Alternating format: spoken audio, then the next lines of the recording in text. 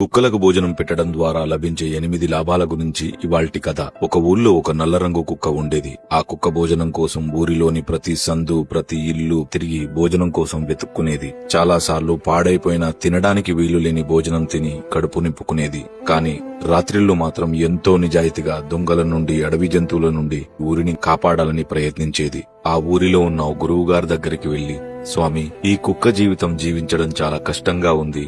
ఇది మేము చేసిన పాపమా, మాకు లభించిన వరమా అని అంటుంది. దానికి ఆ మహాజ్ఞాని, పిచ్చి శునకమా, నీకు లభించిన జీవితం శాపం కాదు. దేవుడి ప్రకారం మనుషు సంపాదించిన దాంట్లో మొదటి ముద్ద గోమాతకి, చివరి ముద్ద శునకానికి రాసిపెట్టి ఉంది. మూర్ఖపు మనుషులకు అసలు కుక్కలకు భోజనం పెట్టడం వల్ల ఎన్ని లాభాలు ఉన్నాయో తెలిస్తే అందరూ అదే పని చేస్తారు. అవి ఏంటో చెబుతాను విను. మొదటిది, కుక్క తనకు భోజనం పెట్టిన వారిని దైవంగా భావిస్తుంది కాబట్టి మనిషి వడ్డించింది ప్రసాదంగా తిని తృప్తిగా దీవిస్తుంది. రెండవది, శునకం కాలభైరవుని రూపం కాబట్టి శునకాన్ని ప్రసన్నం చేసుకునే వారికి శని ప్రభావం తక్కువగా ఉంటుంది. 3, కుక్కకు పెట్టిన ఒక్క ముద్ద వల్ల మనుషులు ఇంటికి, పంటకి, పిల్లలకి అన్నిటికీ కాపలా కాస్తూ నమ్మకంగా ఉంటుంది.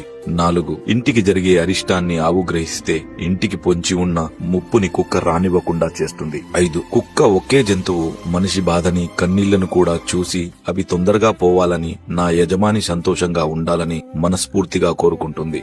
6, ఇంట్లో వాళ్ళు బయటికి వెళ్లేటప్పుడు బాధపడుతూ తిరిగి వచ్చాక ఎంతో సంతోషపడే ఏకైక జంతువు కుక్క మాత్రమే. 7, ప్రాణం పోసిన కన్నపుల్లలు పట్టించుకోకపోయినా పట్టెడు అన్నం పెట్టిన యజమాని కోసం ప్రాణాలైనా ఇవ్వడానికి సిద్ధపడుతుంది. 8, చివరగా కుక్క ఏడ్చిన ఊరు, ఎద్దు ఏడ్చిన వ్యవసాయం, ఆడది ఏడ్చిన ఇల్లు ఎప్పటికీ నిలవదని ఊరికే అనలేదు శునకమా అన్న విషయాలు గురువుగారు ఆ కుక్కకు చెప్పి తన వద్ద ఉన్న భోజనం పెట్టి పంపించేస్తారు.